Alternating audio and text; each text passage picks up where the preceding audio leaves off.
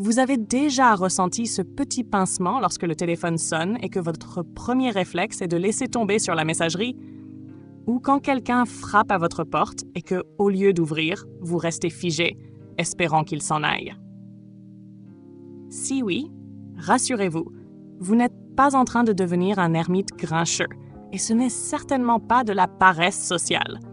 Ce que vous ressentez, c'est quelque chose dont on parle rarement, mais qui est parfaitement normal à mesure que l'on vieillit. Avec l'âge, beaucoup de gens découvrent qu'ils ont un désir subtil, mais puissant, de passer plus de temps seuls.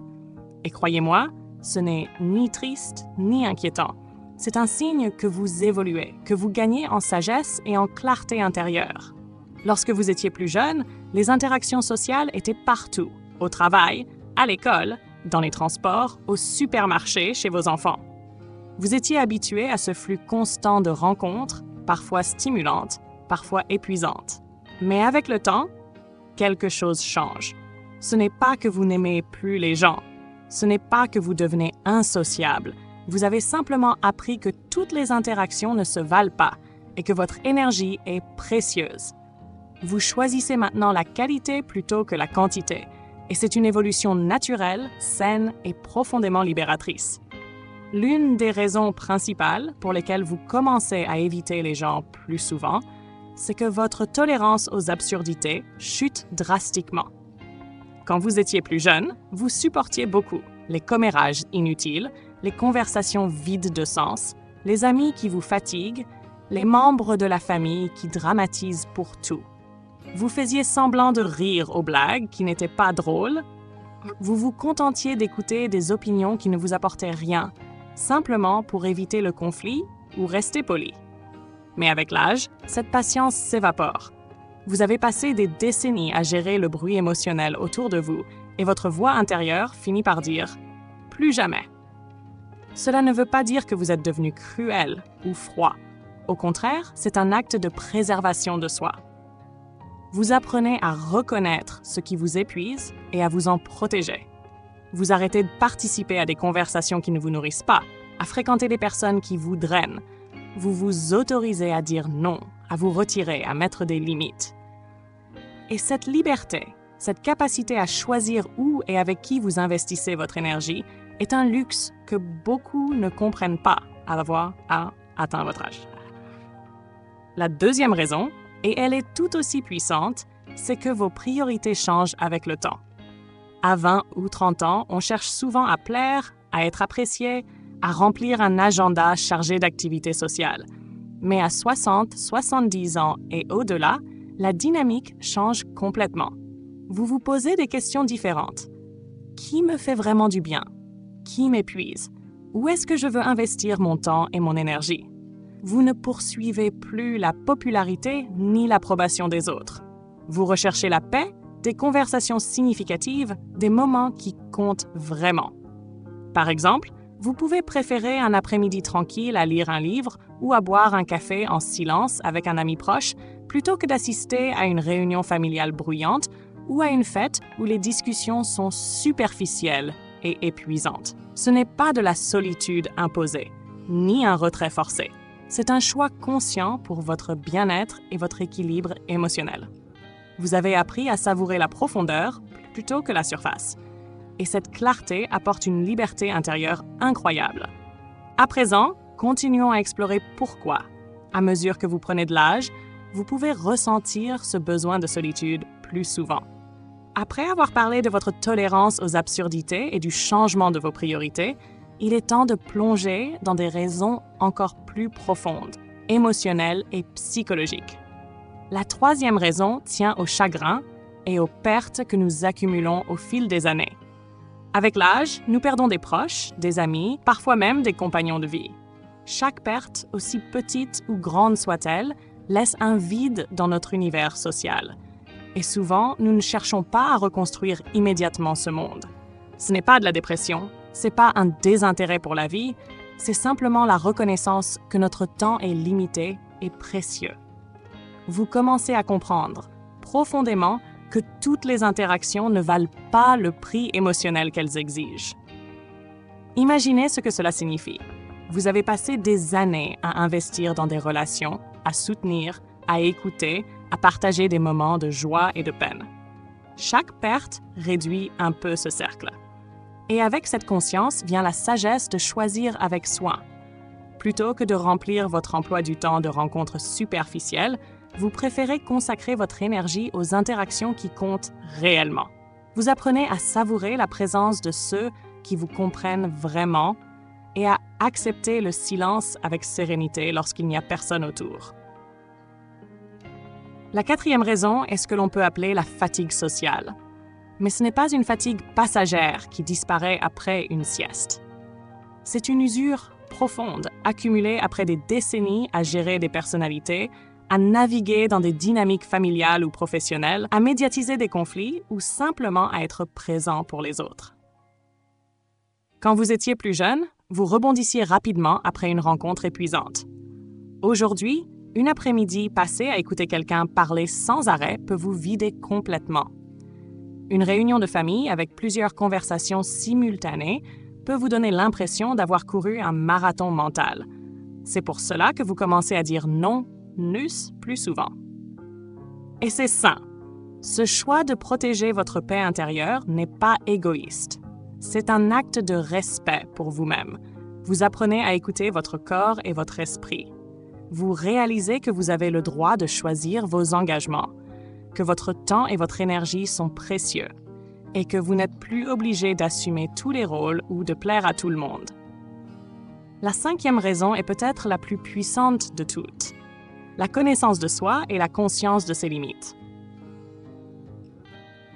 Avec les années, vous en savez plus sur ce qui vous rend heureux, ce qui vous épuise et sur les situations à éviter pour préserver votre équilibre. Vous comprenez vos déclencheurs émotionnels, ce qui vous élève et ce qui vous tire vers le bas. Et avec cette conscience vient un instinct protecteur. Vous commencez naturellement à éviter les situations et les personnes qui ne servent plus votre bien-être. Par exemple, si certaines conversations vous rappellent de vieilles blessures ou si certains types de réunions vous mettent mal à l'aise, vous choisissez de ne pas y participer. Ce n'est pas pour punir les autres, ni pour vous isoler du monde, c'est simplement un moyen de préserver votre énergie et votre sérénité. Cette capacité à dire non, à vous retirer sans culpabilité, est une force silencieuse que peu de gens expérimentent pleinement. Vous ne fuyez pas les autres par peur ou par colère, vous vous rapprochez de vous-même et c'est là toute la beauté de ce changement. Ces trois raisons, le chagrin accumulé, la fatigue sociale et la connaissance profonde de soi, montrent que ce retrait progressif n'est pas un signe de faiblesse ou de désintérêt. Au contraire, c'est une forme de maturité émotionnelle et psychologique. Vous choisissez la qualité des interactions plutôt que leur quantité. Vous choisissez votre paix plutôt que le bruit. Vous apprenez à investir votre énergie dans des relations qui nourrissent réellement votre esprit et votre cœur. Et plus vous acceptez cette évolution, plus vous découvrez un autre avantage, la clarté mentale et émotionnelle. En vous entourant moins mais mieux, vous commencez à voir plus clairement les intentions des gens, à reconnaître les relations sincères et celles qui sont superficielles. Cette lucidité vous permet de naviguer dans vos interactions avec moins de stress et plus de discernement. Et croyez-moi, cette sagesse est un cadeau que seul l'âge peut offrir. La sixième et dernière raison pour laquelle vous commencez à éviter les autres, à mesure que vous vieillissez, est la valeur que vous accordez à votre temps. Lorsque nous étions plus jeunes, 1 heure semblait passer en un clin d'œil, et nous pouvions facilement remplir notre agenda avec des obligations, des sorties et des appels téléphoniques. Mais avec l'âge, chaque heure prend une signification différente. Votre temps devient un trésor précieux, et chaque interaction, chaque déplacement, chaque effort social a un coût, non seulement en minutes, mais aussi en énergie. À 70 ans, un simple déjeuner peut vous fatiguer plus qu'il ne le ferait à 30 ans. Une après-midi passée à écouter des conversations superficielles peut sembler interminable. Vous commencez à mesurer non seulement ce que les gens apportent à votre vie, mais aussi ce que chaque interaction vous coûte. Ce n'est pas égoïste, c'est de la sagesse pratique. Vous apprenez à investir votre temps et votre énergie dans des moments qui comptent réellement, avec des personnes qui enrichissent votre vie, plutôt que de remplir votre emploi du temps par habitude ou par pression sociale. En vieillissant, vous réalisez que dire non n'est pas un acte de refus, mais un acte d'amour pour vous-même. Vous choisissez vos rendez-vous, vos sorties et vos conversations comme vous choisiriez des investissements. Ils doivent apporter de la valeur à votre bien-être. Ce choix conscient transforme votre quotidien.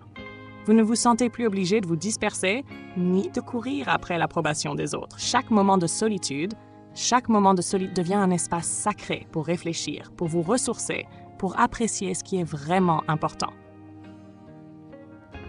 Mais cette évolution ne signifie pas que vous êtes seul ou que vous vous détachez du monde par peur ou par désintérêt. Au contraire, elle vous permet de rester pleinement présent dans les moments qui comptent. Vous commencez à attirer naturellement les bonnes personnes, celles qui apprécient votre authenticité, qui respectent vos limites et qui partagent vos valeurs. Ces relations deviennent précieuses parce qu'elles ne sont pas forcées. Elles se construisent sur la sincérité, la compréhension et le respect mutuel. Et voici quelque chose que peu de gens vous diront. Ce retrait volontaire peut réellement prolonger votre vie. De nombreuses études montrent que la réduction du stress, la protection de votre santé émotionnelle et le choix de relations saines sont des facteurs essentiels pour vivre plus longtemps et plus sereinement. Quand vous évitez les conversations toxiques, que vous limitez les environnements trop stimulants et que vous privilégiez la sérénité, vous ne fuyez pas la vie, vous la cultivez. Vous préservez votre énergie pour ce qui compte vraiment. Avec cette liberté vient un sentiment de clarté et de paix intérieure. Vous apprenez à observer plutôt qu'à réagir, à écouter vos besoins plutôt qu'à vous conformer aux attentes des autres. Vous n'avez plus besoin de quoi que ce soit à qui que ce soit. Vous choisissez la solitude quand elle nourrit votre âme et la compagnie quand elle vous élève. Et il y a une beauté unique à cela. Votre vie commence enfin à vous correspondre parfaitement. Alors, si vous vous sentez plus sélectif avec les gens, plus silencieux, plus retiré, ne vous inquiétez pas. Vous n'êtes pas brisé, ni moins social. Vous êtes en train de fleurir. Vous vous débarrassez de ce qui ne vous sert plus et vous vous rapprochez de ce qui compte vraiment. Vos journées deviennent plus calmes, vos pensées plus claires et vos relations plus authentiques. C'est une joie pure, profonde et sincère que peu de choses peuvent remplacer. Prenez ce temps pour vous. Profitez de ce moment de tranquillité avec un bon livre, une promenade dans le parc, un café partagé avec un ami proche ou simplement en regardant le soleil se coucher. Sachez que ce choix de solitude consciente n'est pas une perte, mais un gain. Gain de clarté, gain de paix et gain de bonheur véritable. Si ce message a résonné en vous, partagez vos expériences dans les commentaires. Aimez la vidéo et abonnez-vous pour rejoindre notre petit coin tranquille, un espace où nous parlons franchement, sans pression et avec le cœur. Rappelez-vous, vivre pleinement, à tout âge, c'est choisir ce qui nourrit votre esprit, protéger votre paix et célébrer chaque instant avec gratitude. Et c'est exactement ce que vous faites en étant attentif à votre temps, à vos relations et à vous-même. Voici à vivre votre meilleure vie à tout âge, avec sagesse, joie et sérénité.